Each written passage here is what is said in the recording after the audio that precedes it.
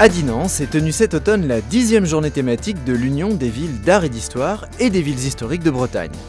Cette année, le thème était l'usage des nouvelles technologies de l'information et de la communication au service de la découverte patrimoniale et culturelle des villes. Un sujet riche et porteur de sens alors que les usages et les pratiques numériques posent question dans la perspective de la valorisation du patrimoine. Le tourisme culturel est quelque chose de très très important pour une raison simple, c'est que ce ne peut pas être délocalisé. Les sites ne peuvent pas être délocalisés et l'histoire ne peut pas être délocalisée. Tous les touristes qui vont venir de l'Europe ou du monde, ils ont en poche un smartphone. Le grand enjeu, c'est d'organiser la connexion entre le smartphone qui est dans leur poche et qui est un outil quotidien de communication pour eux et de connexion au monde pour eux, avec le lieu dans lequel ils sont. Et il est absolument nécessaire d'organiser autant que faire se peut la rencontre entre une singularité d'un lieu et les usages connectés du monde d'aujourd'hui. Deux acteurs éminents du e-tourisme étaient présents, Audrey Defretin et Philippe Fabry. Selon eux, la prise en compte de la relation d'un musée ou d'une ville avec ses visiteurs passe de plus en plus par l'outil numérique. On fait du lien social. Le numérique devient un support de médiation et de convivialité avec les parents. Nous allons vivre une visite ensemble. Internet et les systèmes numériques permettent notamment au public qui ne viennent pas physiquement de profiter des œuvres ou des monuments. L'importance des réseaux sociaux et l'interactivité via le web engendrent aussi une nouvelle notion, la co-création. Le fait de partager la création et la mise en valeur des œuvres et monuments avec le public. On a des métiers qui apparaissent qui n'étaient pas encore là il y a quelques années, c'est les community managers par exemple. On voit de plus en plus de spécialistes du numérique, de la scénarisation numérique entrer dans les institutions culturelles, mais également au niveau des régions pour le tourisme. Et c'est vrai que petit à petit les choses vont s'adapter, donc ça va créer sans doute de nouveaux emplois. En tout cas, ça va modifier les emplois qui existaient auparavant sans forcément arrêter tout, les choses sont dans une mutation en fait constante et ça sera intéressant de voir dans quelques années comment ces formations vont aider les professionnels de demain à devenir beaucoup plus compétents et avec sans doute de nouvelles professions à la clé.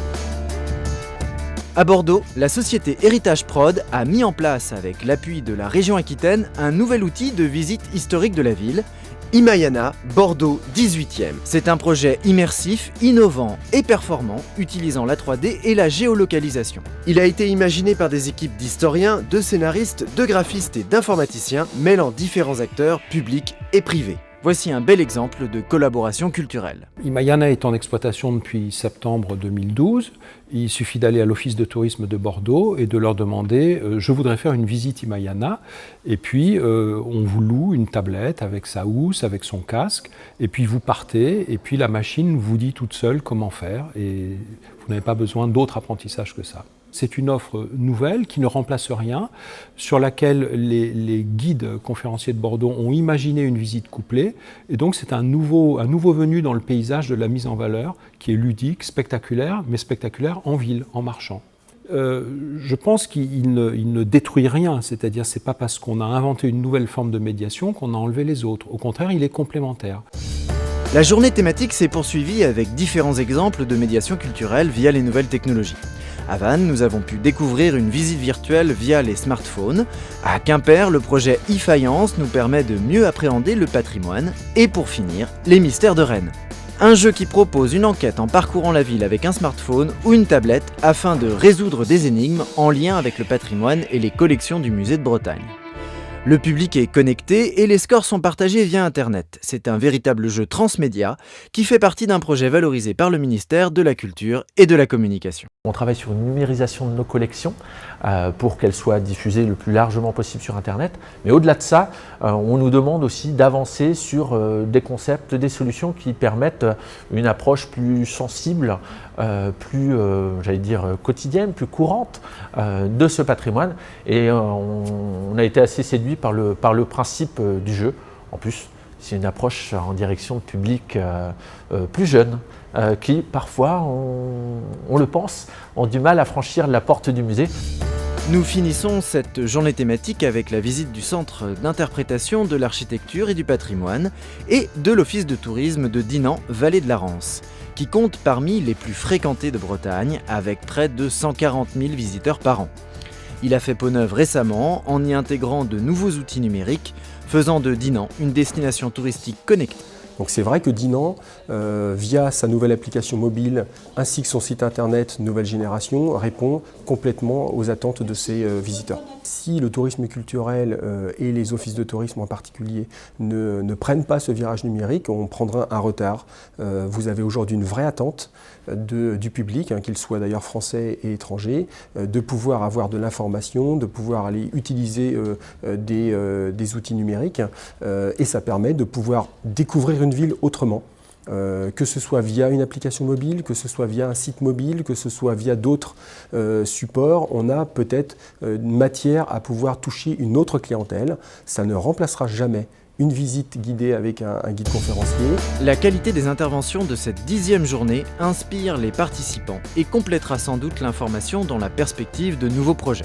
Très bonne journée en ce sens qu'on a appris, donc en fait on a découvert tout ce qui était numérique au niveau du patrimoine et c'est vrai qu'il y a beaucoup de choses à faire dans toutes nos collectivités, de quelle que soit la taille, et c'est vrai qu'au niveau des circuits d'interprétation du patrimoine, moi je vois dans le cadre des petits caractères, il y a un travail formidable à faire. Il faudra maintenant que chaque élu s'adapte et se pose la question de savoir qu'est-ce qu'on peut faire dans chaque commune pour avancer et mutualiser. On a rarement en fait l'occasion de se rencontrer à plusieurs sur la Bretagne et aujourd'hui je trouve que c'était vraiment intéressant d'entendre différentes expériences et surtout la mise en place de ces nouvelles technologies. Le grand enjeu collectif qui doit mobiliser tous les partenaires publics, c'est que ce nous que nous construisons, il reste ouvert, qu'il résiste aux autarcies, aux fermetures, qu'il soit accueillant. En restant attentif à la relation humaine primordiale pour le public, cette 10e édition fut un grand succès, comme l'a constaté M. René Benoît, président et cofondateur de l'Union, que nous saluons à cette occasion et à qui nous souhaitons une retraite méritée. Cette journée thématique fut l'occasion de permettre un travail de veille sur les nouvelles technologies et porte les cités d'art de Bretagne vers un avenir connecté à l'ère du numérique.